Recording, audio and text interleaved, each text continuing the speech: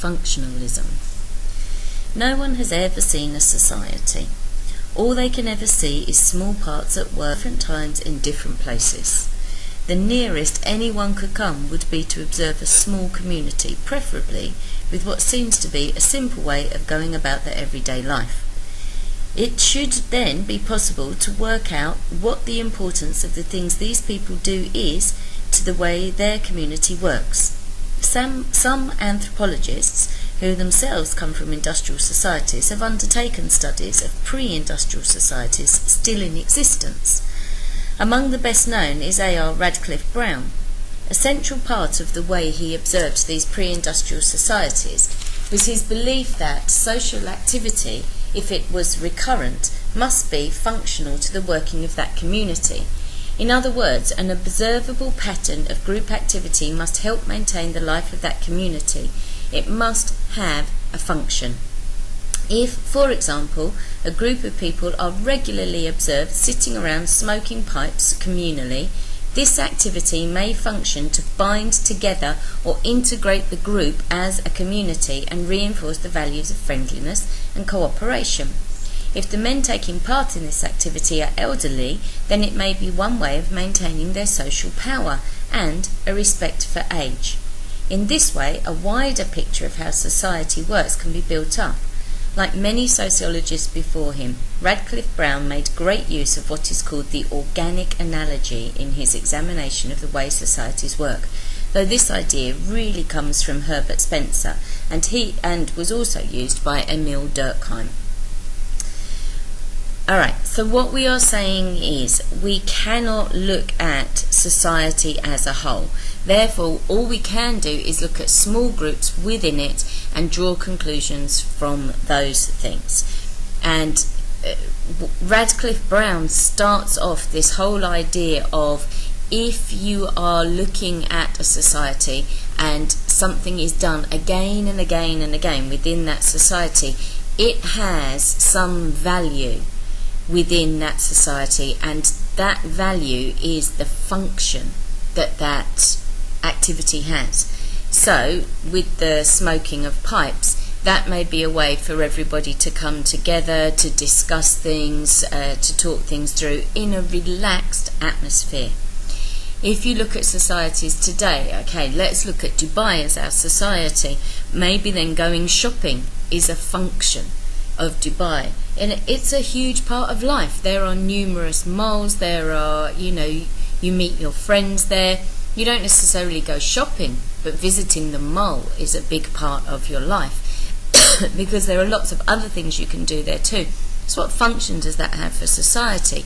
It provides places where you can socialise, it provides wealth and prosperity for the companies that have shops there.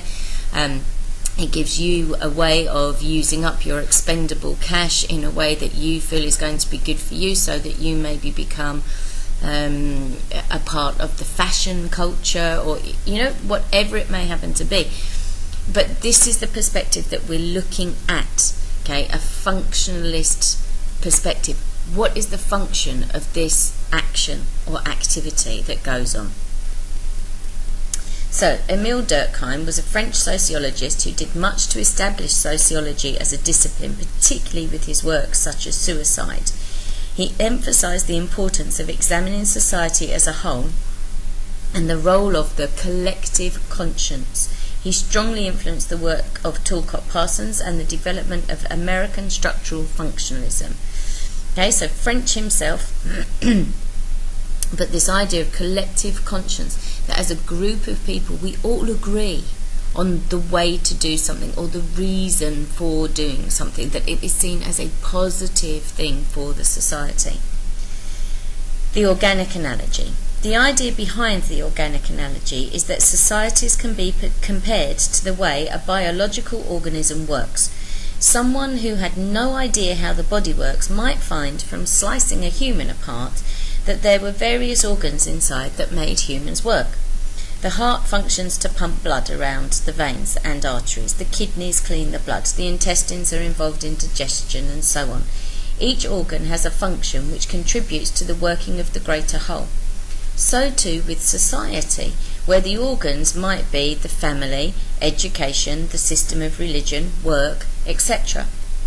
Any examination of these institutions should begin by asking the question, what does it do to help the wider society function? Homeostasis is the term applied to the way in which an organism regulates itself to cope with changes in internal and external conditions. For example, after exercise, the heated up body sweats to help the body temperature to stay stable. When this concept is used to understand how equilibrium is maintained in society, then the organic analogy becomes more effective.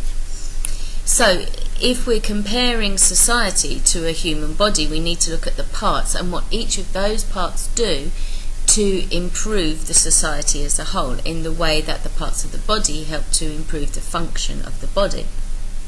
But not only that, we have to think about the adaptability. So whilst we have all of these organs in the body or within society that are working together to make it function, when something extra is added and the body has to react to it in a different way, what happens? In the same way, what happens in a society when something extra happens? So, for example, let's say that an earthquake hits. Now, you look at the way that different societies react to this. Interestingly, if you look at places like Japan, when earthquakes hit, they work together, they work very quietly, they don't really expect a lot of help externally, and they change their society so that they can overcome this very difficult situation. In other countries, when earthquakes hit, they're expecting lots of external aid. There is, outcry about the terrible results and the ensuing dangers that there are for people. And part of that is a reflection of that society and the way that they want to be perceived by the outside world. Japan doesn't want to be perceived in that way of being over-emotional and reliant on other people. They want to prove to be self-reliant. And so you see very different reactions to things. Okay, so this is our organic analogy that we're using. The analogy also has many limits, however. It is difficult, for example, to compare the way organisms grow to the way societies grow and change. Is there a social equivalent to DNA, the genetic program present in every species? Does a society really have a series of complementary institutions which work together to make the whole function smoothly to the mutual benefit of all? In the same way that the skin holds a human body together, so too do norms and values bind society together. But does this help us understand who determines the norms and values by which we live and how the wider society is organised? Okay, so these are the types of questions that we need to ask ourselves as to whether the organic analogy is actually useful. And, we have to consider that not all societies function well together. Certain parts of society actually seem to be fighting against one another or trying to disrupt what the other parts are doing. But then, of course, we have that in a body as well when there are diseases going on or he is born with some sort of malfunction. So we have to think about all of those types of things as well when we're looking at it, because conformity is easy to say is there, but is it actually always there when you're looking at these groups? Because you only need one or two anomalies. Now remember, when we talked about science, we said if you get those anomalies in your results, you throw those out and you only take the ones that actually fit with your theory. But actually the way to move forward with understanding a science and to come up with new laws is to follow those anomalies and find out why they happen, because they may be throwing up new ideas. And so that we need to do that with society as well. Another way of looking at society is to compare it to a mechanism in the way it works, where all the small parts, such as in a clockwork watch, function together to achieve the aim of demonstrating the time of day. Similarly, when people pull together in society, they can achieve collectively held goals such as improvement in the overall standard of living.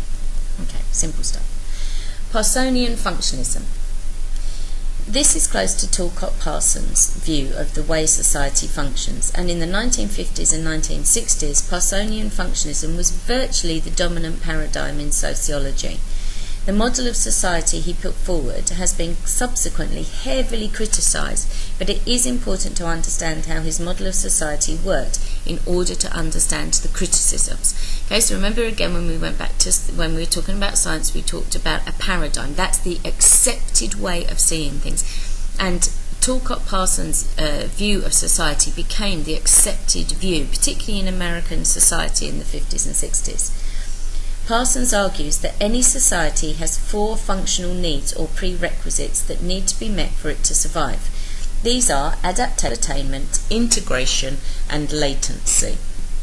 It is hard to believe now that sociologists were excited by the bland and fruitless way that Parsons went about examining society, but many US college students went into their exams with the 4 letters AGIL stuck in their heads or on the palms of their hands.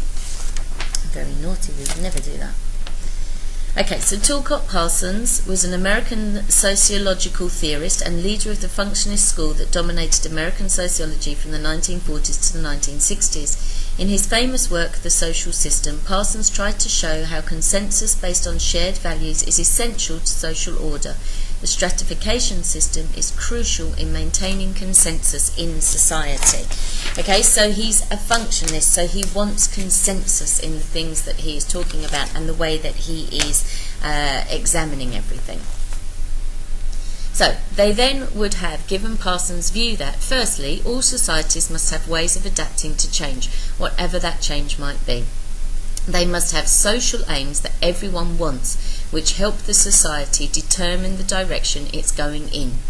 They must have ways of binding their members together to identify with and realise these collective goals, whether through religion or newspapers or marriage or whatever.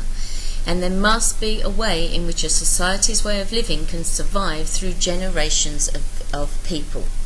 Okay, so remember, going back to what we said on the previous page, adaptation, goal attainment, integration and latency. This scheme can be found detailed in works of his such as The Social System. People born within this system are socialised into it and come to take on the roles the system demands. The whole is greater than the sum of its parts. Okay, so to be one whole group is the greater attainment to go for, rather than all the small parts where little bits can go wrong. You need to be a part of the whole. So, manifest and latent functions. One of the key additions to Parsons' structural functionalism has been made by his American contemporary Robert Merton, born in 1910.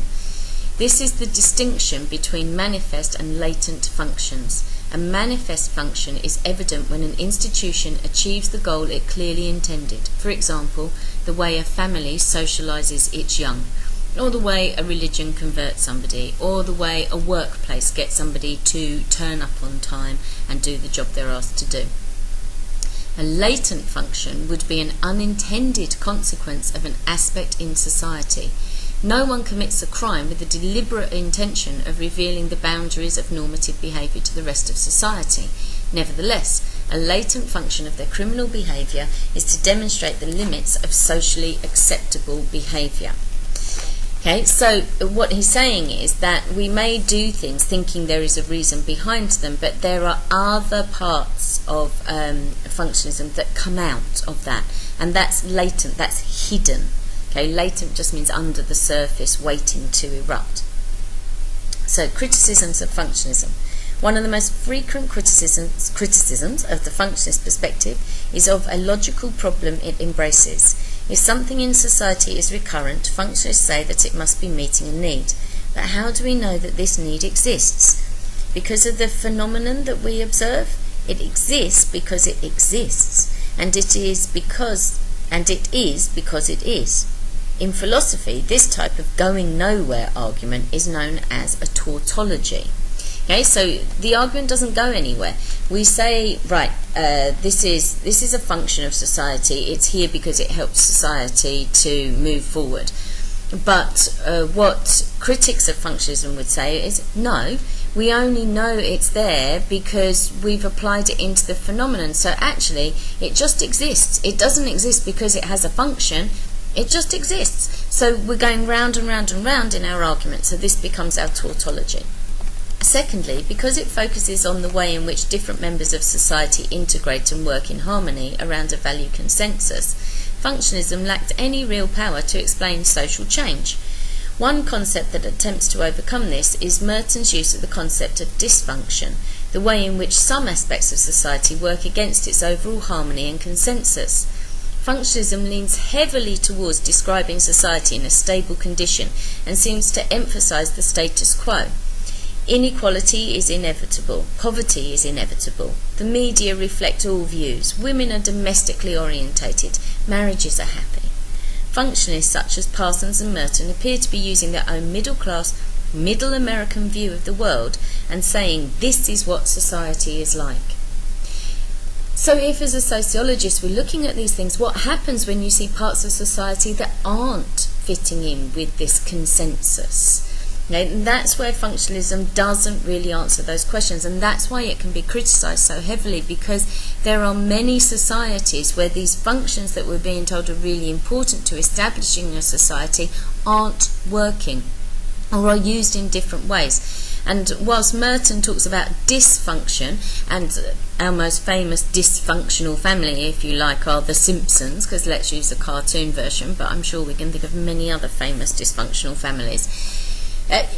Suddenly you have something that doesn't fit into the functionist view of things, but actually if you watch The Simpsons, they're a very close-knit family who are very happy and actually provide a lot of support for each other. So that dysfunction becomes an anomaly.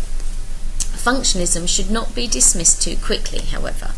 Functionalists argue that advanced industrial societies are stable.